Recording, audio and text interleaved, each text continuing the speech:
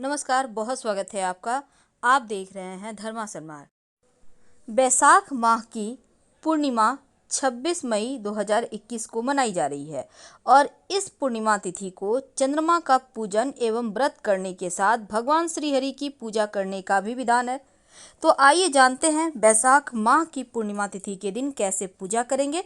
और इस दिन लग रहा है चंद्र ग्रहण, तो चंद्र ग्रहण भी लग रहा है, तो ऐसा क्या खाएं कि आपके ऊपर से जो परेशानी है, जो चंद्र ग्रहण का अशुभ प्रभाव है, वो समाप्त हो जाए। तो सबसे पहले चलते हैं, आज आइए जानते हैं कि बैसाख माह की पूर्णिमा तिथि की पूजा कैसे करेंगे। सुबह सुबह जब आप स्नान वगैरह करेंगे, उसके पहले घर की सफाई करें। घर के मुख्य दरवाजे पर आम के पत्तों का बंधनवार लगाएं। आप चाहें तो अशोक के पत्तों का भी लगा सकते हैं। अपने घर के मुख्य दरवाजे पर सुबह उठते ही सबसे पहले थोड़ा सा गंगा जल का छिड़काव करें या फिर प्लेन वाटर में थोड़ा सा हल्दी डालकर भी छिड़काव कर सकते हैं। इसके बाद घर की सफाई करवाएं। नमक या फिर फिटकरी मिले हुए पानी से ही सफाई करवाइए। फिर नहाने के पानी में तुलसी के पत्ते डालकर नहाएं, क्योंकि इस दिन पवित्र नदी सरोवर में नहाने का विधान है। वैसे तो हर पूर्णिमा तिथि का अपना महत्व है, लेकिन बैसाख पूर्णिमा का ज़्यादा खास महत्व है, क्योंकि भगवान बुद्ध का जन्म भी इसी दिन हुआ था और माना जाता है कि भगवान बुद्ध को भगवान जो श्री हरि विष्णु हैं, उन्हीं का अवतार हैं वो। अब श्री हरि विष्णु और चंद्रदेव की पूजा करने से जीवन के कष्टों से मुक्ति मिलती है, सुख समृद्धि आती है। इसीलिए घर के मुख्य दरवाजे पर चावल और हल्दी के घोल से या फिर सिंदूर से स्वस्तिक बनाइए। बाहर की तरफ से आपको स्वस्तिक बनाना है, अंदर की तरफ से मत बनाइएगा। और चूंकि पूर्णिमा तिथि 26 मई 2021 की शाम 4:43 तक ही है, तो ऐसे में आपको पूर्णिमा तिथि की जो पूजा है वो 26 मई को ही की जाएगी। तो जब आप पवित्र नदी सरोवर में नहाएं, नहीं तो घर में ही आप पानी में गंगा जल या तुलसी के पत्ते डालकर नहाएं। फिर अपने घर के मंदिर को साफ करें, गंगा जल का छिड़काव करें। अब भगवान श्री हरि का स्मरण करते हुए व्रत का संकल्प लें, अगर आप व्रत रखना चाहते हैं तो। इसके बाद उनकी पूजा करने के लिए बैठ जाइए। एक घी का दिया जलाएं और हल्दी से भगवान श्री हरि को तिलक करें और जो आपकी उंगली पे लगा रह गया उससे अपने आप को भी तिलक करें। अब भगवान विष्णु और माँ लक्ष्मी को फल पुष्प नैवेद्य अर्पित करें। भगवान विष्णु की पूजा में तुलसी दल अवश्य शामिल करें। चाहे आप चाहें तो किसी भोग में भी तुलसी का पत्ता मिलाकर अर्पित कर सकते हैं।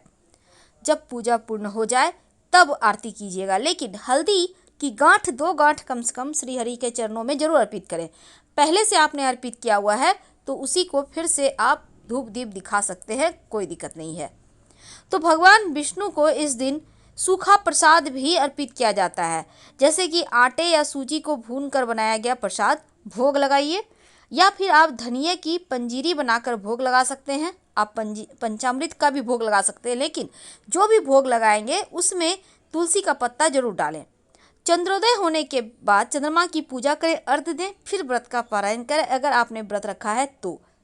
अब जो आपने उनको प्रसाद अर्पित किया है, प्रसाद के रूप में खा सकते हैं। लेकिन चूंकि इस दिन लग रहा है चंद्र ग्रहण और चंद्र ग्रहण लग रहा है, तो भले ही भारत में दिखाई नहीं देगा लेकिन विदेशों में दिखाई दे रहा है।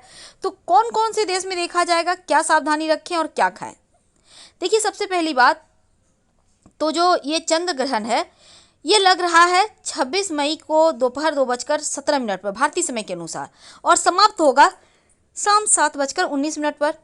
अब चूंकि ये वृश्चिक राशि और अनुराधा नक्षत्र में ग्रहण लग रहा है, तो इन दोनों के ऊपर यानी वृश्चिक राशि वालों पर और अनुराधा नक्षत्र में जिनका जन्म हुआ है, ज़्यादा निगेटिव प्रभाव है। चूंकि ये ग्रहण पूर्ण चंद्र ग्रहण है, ब्लड मून, और ऑस्ट्रेलिया, प्रशांत महासागर, पूर्वी एशिया, अमेरिका में देखा जा सकेगा। तो सूतक काल चूंकि भारत में नहीं लागू होगा, क्योंकि ये उपछाया चंद्र ग्रहण है और भारत में आमतौर पर नंगी आंखों से नहीं दिखेगा, इसलिए सूतक काल भी मान्य नहीं होगा। क्या करेंगे चंद्र ग्रहण में? देखिए, सबसे पहले तो चंद्र ग्रहण शुरू होने से पहले स्नान वगैरह करके पूजा पाठ कर लें तो अच्छा है। और ग्रहण के समय जितना ज़्यादा हो मंत्र जप करें, मंत्र सिद्ध हो जाएगा और जीवन में चमत्कारिक लाभ होंगे। चंद्र ग्रहण में दान करना भी बहुत शुभ माना जाता है। ग्रहण समाप्त होने के बाद गंगा जल का छिड़काव जरूर कीजिएगा घर में, और फिर स्नान जरूर कर लीजिए। जितने भी कपड़े आपने पहने हुए हैं, सभी वस्त्र पहने हुए ही नहा लें। ग्रहण के समय खाने पीने की वस्तु में तुलसी के पत्ते जरूर डालकर रखिएगा और ग्रहण के समय किसी भी तरह का शुभ कार्य मत कीजिएगा। अब भगवान की मूर्ति भी नहीं छूना चाहिए, ना ही किसी मंदिर में जाना चाहिए। खासकर जो भोजन इस समय खाना भी वर्जित होता है, लेकिन बच्चे हैं, जो लोग अस्वस्थ हैं, उनके लिए कोई दिक्कत नहीं है, वो खा सकते हैं। जो प्रेग्नेंट वुमेन हैं वो अपने घर से रूम से बाहर नहीं निकलेंगी और ना ही खुले आकाश के नीचे जाएंगी, नहीं तो आने वाले बच्चे पर इसका विपरीत प्रभाव पड़ता है। तमाम राशियों पर भी ग्रहण का प्रभाव पड़ेगा।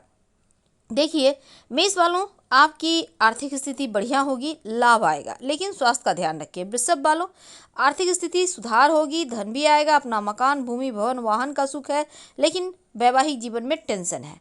मिथुन वालों, देखिए आपके जो पर्सनालिटी है वो निखार आएगा, लेकिन धन के मामलों में संयम रखें, वाणी पर कंट्रोल रखें। कन्या वालों, आपके लिए ये वक्त बहुत अच्छा है और लाभ भी होगा। और मकर वालों, आपके लिए भी बढ़िया वक्त है, खासकर जो विद्यार्थी उनके लिए। तो ये जो 5 राशि हैं इनके लिए सबसे ज़्यादा वक्त आ रहा है। वैसे मेष, वृषभ, मिथुन, कन्या और मकर, आप लोग ज़्यादा लकी रहेंगे इस ग्रहण के समय। तो आपको बहुत सारी शुभकामनाएं। ये ग्रहण यूं ही आपके जीवन में खुशियां बरसाएं। लेकिन ग्रहण के समय प्रेग्नेंट महिलाएं क्या ना करें, चलिए समझते हैं विस्तार से। देखिए सबसे पहली बात तो ग्रहण के समय आप पके हुए भोजन में पहले से ही तुलसी पत्ता डाल दीजिए, नहीं तो यहाँ पर खाना आपका दूषित हो जाएगा। दूसरी बात, इस समय देखिए ग्रहण के पहले ही आप दूध, दही सब में तुलसी पत्ता डाल दें, जो भी आपके फ्रिज में पड़ा हुआ है खाना वगैरह। और ग्रहण के पहले ही आप जो गर्भवती महिलाएं हैं उनको एक नारियल, पानी वाला नारियल उनको दे दें, हमेशा वो अपने पास रहेंगी। 5 घंटे का ग्रहण है और ऐसा इससे क्या होगा ना, आपके ऊपर निगेटिव प्रभाव ग्रहण का नहीं पड़ेगा।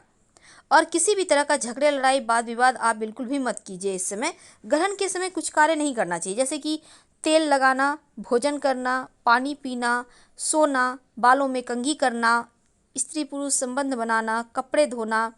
ग्रहण के समय सोना भी मना है, क्योंकि ऐसा कहा जाता है कि ग्रहण के समय चूँकि यहाँ पर देखिए सेहत पर बुरा असर पड़ता है और पत्ते, तिनके, लकड़ी, फूल कुछ भी नहीं तोड़ना चाहिए।